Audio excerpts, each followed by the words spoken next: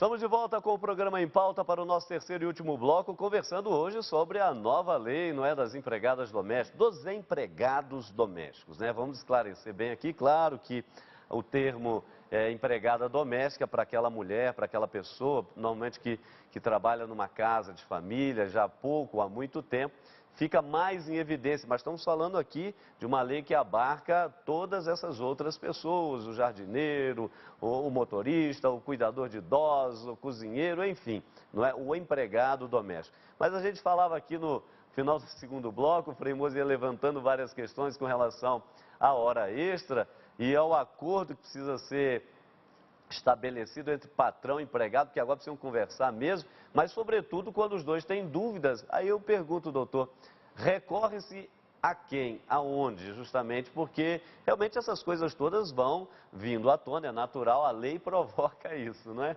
Como é que as pessoas fazem, por favor? Exato.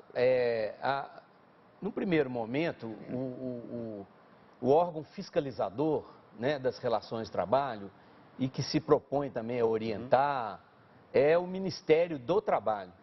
O Ministério do Trabalho é órgão do Poder Executivo. Havendo conflito, né, havendo aí já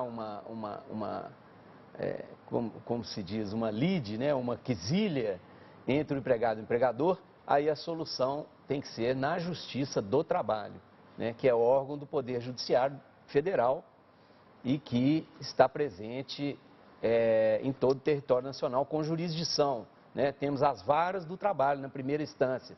Então, seja o empregado doméstico movendo uma ação contra o patrão, contra o empregador doméstico, seja o empregador doméstico movendo uma ação contra a empregada, a competência é da Justiça do Trabalho. Falando nisso, já tem sido emitido, doutor, uma espécie de cartilha para que as pessoas possam acessá-la e dessa maneira se instruir melhor, obviamente. Por exemplo, o programa de hoje nós estamos aproveitando aqui, você certamente em casa aí, assimilando bem direitos e deveres, não é como se situar nesse novo contexto, mas de forma bem pedagógica têm sido emitidas cartilhas?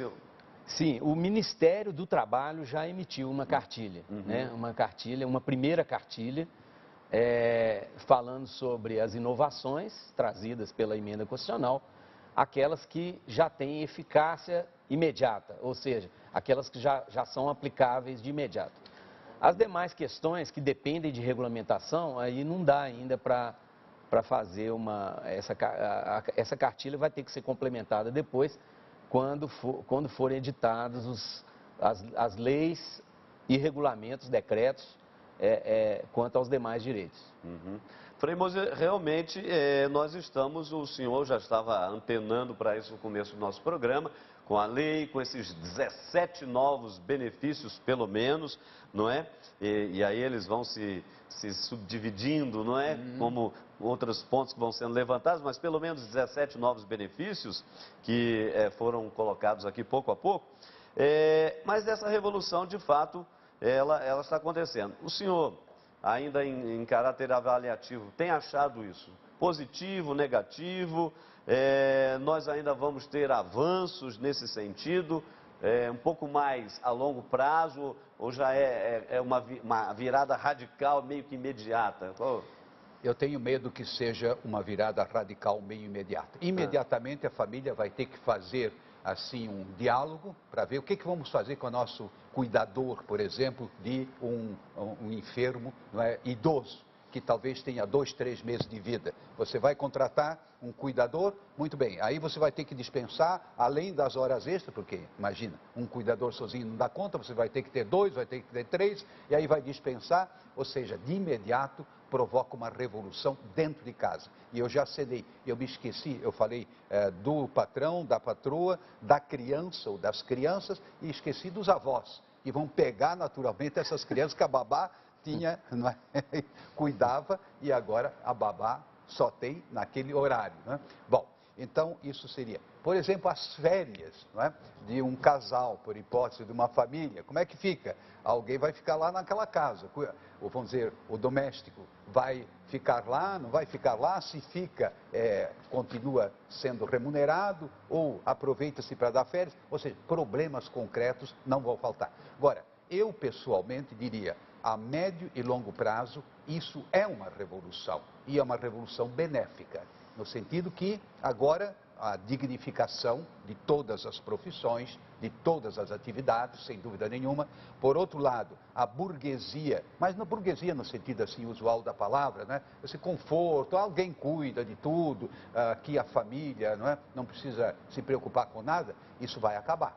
Então mudam os hábitos e talvez até alguns atritos. Quem faz o quê? Não é? Começa aí a pergunta, quem é que vai fazer compras? Quem é que vai ao supermercado? Não é? Não, são perguntas concretas. Então, num primeiro momento, certamente vai haver tensões dentro de casa, não é? E depois, em relação aos acordos, não é? Das horas extras, sobretudo, não é? Não tenha dúvida nenhuma. Bom, e sobretudo aí no caso, de se tratando de jovens, uma grande interrogação, não é? Claro que tem o direito, não é? No caso de uma gravidez, não é? Tem o direito, eu não estou negando. Mas muita gente vai dizer, eu não quero mais jovenzinha aqui não, né? Porque engravida e daí como é que fica? Né? Não, isso são coisas muito concretas. Bom, em suma, muitas interrogações, acho que a médio e longo prazo vai ser proveitoso, é uma revolução social, eu não tenho dúvida nenhuma, vai mudar muita coisa em termos de educação, seja por parte dos domésticos, seja por parte dos familiares, vai haver, não é? Haver em termos de trabalho, não é? Sem dúvida nenhuma. E é uma revolução, sempre traz um peso, não é? Tem perdas, sem dúvida nenhuma, mas também tem ganhos. A médio e longo prazo, eu acho que será positivo, nós teremos outra relação, sem dúvida nenhuma. Tá certo. Quero perguntar aqui ao desembargador se o senhor já tem sentido isso aí no seu dia a dia, não é? Quer seja no tribunal, quer seja lecionando. Como é que o senhor está acompanhando esses primeiros momentos, não é, dessa promulgação da lei? Não, no tribunal ainda é cedo. Vai chegar, sei lá, daqui a 6 meses, 1 ano. Mas no dia a dia, como professor, como cidadão, na convivência, eu tenho visto realmente que há alguns sobressaltados, né, principalmente entre os empregadores. Mas uma coisa que o Frei disse aqui, que é verdade, vai ter que haver uma acomodação, uma adaptabilidade, né? A criança ser ensinada desde cedo a arrumar sua cama, né? Minha mãe já me ensinava isso, né? A fazer o seu café, eventualmente, fazer o seu porque café, a mamãe e o papai já foram exato, trabalhar. O rapazinho que sai cedo para a aula e a empregada só vai entrar às 8, então ele vai ter que fazer o café dele. Então, algumas coisas vão ter que ser... Vai ter que pegar o ônibus, porque exato, o motorista vai chegar só às 8. Exato. As jovens senhoras que querem ter uma babá 24 horas, ou que costumavam proporcionar uma babá 24 horas para o seu filho, ou ela vai ter que ter 3, ou então ela vai ter que reduzir, né? Então, isso aí fica. Realmente, a classe média já não é, mesmo antes dessa emenda, já era mais... uma senhora até que deu entrevista, falou que já teve que dispensar a empregada por causa do valor do salário mínimo. Quer dizer, já havia um achatamento, né? Algumas donas de casa de classe média já não podiam mais ter empregado doméstico. Agora vai aumentar esse número, essa faixa de quem não poderá ter o empregado doméstico. Mas tem essas saídas, como, né, o Frei falou que lá dos Estados Unidos a experiência vai crescer um pouco em intensidade, as automações, com lavanderias automáticas, lavadores de pratos, essas coisas, e também com as diaristas, né, que vão ali uma vez por semana para fazer um trabalho, como é na Europa, como é nos Estados Unidos, né, no âmbito doméstico tem muito mais trabalhador diarista do que empregado propriamente. Exato. Porque o empregado realmente vai ficar caro. Aliás, nessa questão das diaristas, aliás, não mudou nada com relação a diarista. A diarista continua sendo o trabalhador autônomo, que estabelece o seu acordo com o patrão, a pessoa que ela que ela vai ter ali a sua relação. E só, tem uma... só completando uma coisinha, se me permitir, seria o caso do desemprego. Nós já temos um índice de desemprego de quanto? Não Quanto sei, que é? não O senhor tem, não sabe. tem. Não chega a ser a Espanha, não é? Mas em todo caso, não. Não. Mas temos um índice razoável de desempregados. Sim. Evidentemente, digamos, essa quantia vai subir, o número de desempregados. E isso pode trazer uma inquietação, ao menos inicial, bastante grande. Falando em questão de desemprego, vem aquela experiência que todo trabalhador faz numa empresa de, não é, passar ali o seu período de experiência. E até muitas perguntas que chegam justamente vão nessa linha, não é? Pode-se fazer contrato de experiência, por exemplo, de doméstica, nesse caso? Pode. Agora, uma retificação que eu tenho a fazer, e isso também pela minha experiência, há uma certa confusão das pessoas, principalmente no âmbito doméstico, das empregadoras, com relação ao que seja a experiência. A experiência é um contrato de trabalho. Portanto, o período de experiência é anotado na carteira. Muita gente acha que não, que é por fora. Não é por fora. Na empresa e agora no âmbito doméstico, o contrato de experiência, ele é anotado, ele é um contrato de trabalho como o outro. As peculiaridades dele são quanto à duração e a forma de rescindir, se for rescindido. Então, essa que é a questão, mas ele é anotado na carteira, recolhe-se o INSS, recolhe-se o FGTS, ele é um contrato de trabalho normal. Olha aí, pois é.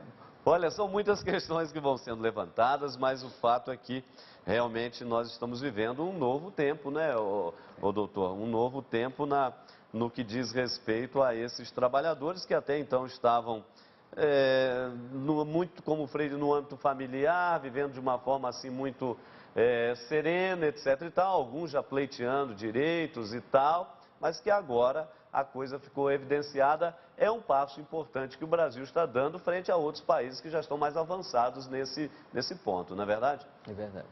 E eu acho que, inclusive, não se vai falar por muito tempo de empregado, né? Empregado doméstico, etc. Você só vai ter colaboradores.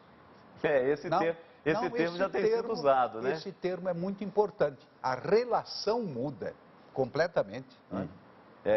Não é o meu empregado, é um colaborador. Né? Sobretudo aí no caso de doenças, etc, né? Não tenha dúvida. Tá certo. Nós vamos caminhando aqui para o final do nosso programa e eu gostaria de pedir, agradecendo e muito a presença aqui do doutor Fernando Rios, não é? Claro, com o nosso querido Frei Antônio Moser, por esses esclarecimentos, um pouco, né, para ajudar na reflexão deste momento novo, né, na história do nosso país, do trabalho, especialmente esses nossos irmãos e irmãs que estavam numa situação e que agora tem essa situação alterada, não é? E claro, acreditamos sempre para melhor. Então eu gostaria que o senhor deixasse, por favor, uma mensagem ao trabalhador, né, aqui nessa câmera, dizendo justamente um pouco a partir dessa confusão inicial, dessas dúvidas, etc e tal, mas deixando uma mensagem de que parece que nós estamos realmente no caminho certo, para que direitos, deveres possam ser devidamente estabelecidos e a gente, claro, possa construir aí uma sociedade melhor, mais justa, mais fraterna, mais solidária, evidentemente, como todos nós queremos. Por favor, então. Certo. Dentro dessa linha, eu acredito que os trabalhadores domésticos e os empregadores domésticos vão ter que ter mais compreensão, muita confiança e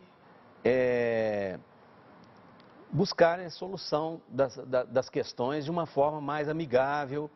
Em último caso, ir à justiça, que também no Brasil há uma mentalidade de achar que resolver a questão na justiça é um motivo de inimizade, de briga. Não é, né? O judiciário existe para isso, para dirimir conflitos. Esses conflitos podem existir.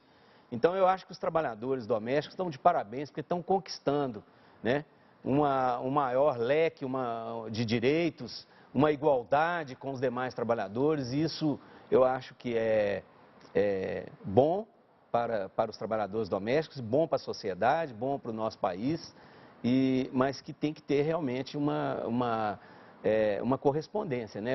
Prestar um trabalho com mais afinco, com mais dedicação, uma profissionalização maior, que os dois lados poderão vir a ganhar com isso, como disse o Frei. Tá certo. Muito obrigado, viu, pela sua presença. Premose, por favor. Eu só diria uma frase para os patrões, os empregadores: não se precipite na solução, nem de manter, nem de despedir. Realmente requer um tempo, eu diria, de assimilação, de ponderação, de negociação, não é? E isso é fundamental. Tá certo. Olha, e com essas palavras nós vamos encerrando aqui o nosso programa, porém fazendo 2 convites para você muito importantes. O primeiro deles, vem aí o Cristo é o Show, um grande encontro que vai acontecer no Mineirinho, organizado pelo Eros Biondini e o Mundo Novo, que vão estar presentes ali no dia 18, no Mineirinho, não é? Dia 18, Mineirinho, Cristo é o Show, com presença de Anjos Resgate, com presença Banda Conexa, presença também dos missionários Mundo Novo e além, é claro, do Tony Alisson. Os ingressos você pode adquirir também aqui na Canção Nova Minas, além da loja Mãe da Igreja. E também vem aí um encontro muito importante em prol da Jornada Mundial da Juventude, em sintonia, não é, que vai acontecer aqui na Canção Nova Minas no dia 26, então anote na sua agenda, dia 26 o encontro com o Adriano, que faz aquele programa na Canção Nova Revolução Jesus, está sintonizado com a CNBB, setor Juventude, e um movimento que está em prol aí da Jornada Mundial, dia 26, então não perca. E claro, também fazendo um convite muito especial a você, porque vamos realizar essa peregrinação aos santuários europeus com saída no dia 25 deste mês de maio. Quem sabe a gente vai viajar junto pelos santuários europeus a partir de Milão, na Itália, na Suíça, Alemanha e finalmente na França. E depois retornamos ao Brasil, tá certo? Grande abraço para você, valeu demais a sua companhia, que bom nós estarmos juntos, ainda tem muita coisa para conversar, o programa acaba aqui, mas a reflexão continua. Então até a próxima semana, se Deus quiser. Tchau!